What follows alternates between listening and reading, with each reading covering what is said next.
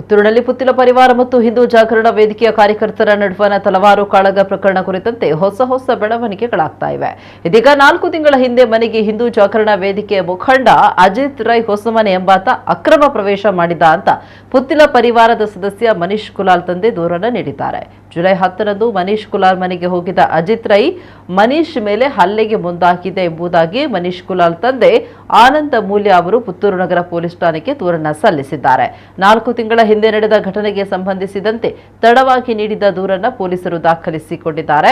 ಅಂದು ಈ ಪ್ರಕರಣ ರಾಜಿಯಲ್ಲಿ ಮುಕ್ತಾಯವಾಗಿದೆ ಅಂತ ತಾನು ಭಾವಿಸಿದ್ದೆ ಎಂಬುದಾಗಿ ಮನೀಶ್ ಕುಲಾಲ್ ತಂದೆ ಆನಂದ್ ತಿಳಿಸಿದ್ದಾರೆ. 2 ದಿನಗಳ ಹಿಂದೆ ಮನೀಶ್ ಕುಲಾಲ್ ಮೇಲೆ ಇನ್ನೊಂದು ಹಲ್ಲೆ ಯತ್ನ ಘಟನೆ ನಡೆದ ಹಿನ್ನೆಲೆಯಲ್ಲಿ ಭಯಗೊಂಡು 4 ತಿಂಗಳ ಹಿಂದಿನ ಘಟನೆಯ ಕುರಿತು ಆನಂದ ಮೂಲ್ಯ ದೂರು ನೀಡಿದ್ದಾರೆ.